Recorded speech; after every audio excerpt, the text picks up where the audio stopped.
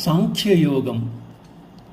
భగవానుడిలా అంటున్నాడు, యోగస్థ కురు కర్మాణి సంగం త్యక్త్వా ధనంజయ సిద్ధ్యో సమో భూత్వా సమత్వం యోగ ఉచ్యతే.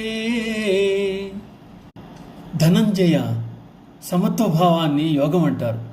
నీవు యోగస్థితుడివై ఆసక్తిని విడిచిపెట్టి సిద్ధి అసిద్ధుల ఏడ సమత్వభావాన్ని కలిగి ఉండి కర్తవ్య కర్మలను ఆచరింపు. సమత్వభావం కలిగి ఉన్నప్పుడు ఆసక్తి దానంతట అదే తొలగిపోతుంది. ఆసక్తిని విడిచిపెట్టిన వారికి మనస్సును దాటి ఆత్మయందు ఏకాగ్రత కలిగినప్పుడు మాత్రమే జీవుడు నిర్వికారుడు కాగలడు. అదే యోగస్థితి, జీవాత్మ పరమాత్మల సంయోగం. ఏదైనా కార్యాన్ని ప్రారంభించినప్పుడు యోగస్థితిని అలవర్చుకోవాలి. అలా కాక యోగమును అభ్యసింపక కార్యాచరణకు దిగిన వారు మనశ్చాంచలకు లోనవుతున్నారు. దానివలన అశాంతి ఏర్పడుతుంది. ఇక్కడ యోగము అనగా సమత్వం. సాధన ద్వారా సమత్వమును పొందుడిచే సాధకుడు యోగి అనబడతాడు. అందువలన కార్యాచరణకు ముందు జ్ఞాన విచారణ, ఆత్మచింతన తప్పక ఉండాలి. అందుచేతనే సాంఖ్యం అనగా జ్ఞానము ముందు, తర్వాత కర్మయోగం ఉపదేశించబడ్డాయి. ఆ విధంగా కామ్యకర్మను వీడి సమత్వబుద్ధితో కూడిన కర్మను భగవానుడు బోధిస్తున్నాడు.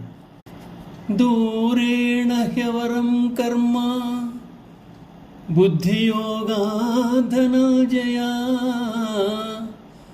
బుద్ధౌ శరణం అన్విచ్ఛ కృపణా ఫలహేతవః. సమత్వ బుద్ధియోగము కంటే ఫలాపేక్ష కలిగిన కర్మ మిక్కిలి అల్పమైంది. కనుక ధనంజయ, నీవు సమత్వ బుద్ధియోగముని ఆశ్రయింపము. ఎందుకంటే అల్పులే చేయు కర్మలందు ఫలాసక్తి కలిగి ఉంటారు. భగవానుడు అర్జునుడిని ధనంజయ అని సంబోధించడంలో ధనమునే కాదు, జ్ఞానధనమును యోగధనమును సముపార్జింపమని సూచిస్తున్నాడు. మమతాసక్తులను, కోరికలను త్యజించి సమబుద్ధితో కర్తవ్య కర్మలను అనుష్ఠించు కర్మయోగమునే బుద్ధియోగం అంటారు. ఇప్పటి వరకు చెప్పుకున్న బుద్ధియోగమును జ్ఞానయోగముగా కూడా భావించవచ్చు. కామ్యకర్మ అనేది జనన మరణములకు హేతువుగాగా, నిష్కామకర్మ మోక్షములకు మార్గం చూపిస్తోంది. ఫలాపేక్షతో కూడిన కర్మ దీనత్వమునకు నిదర్శనం.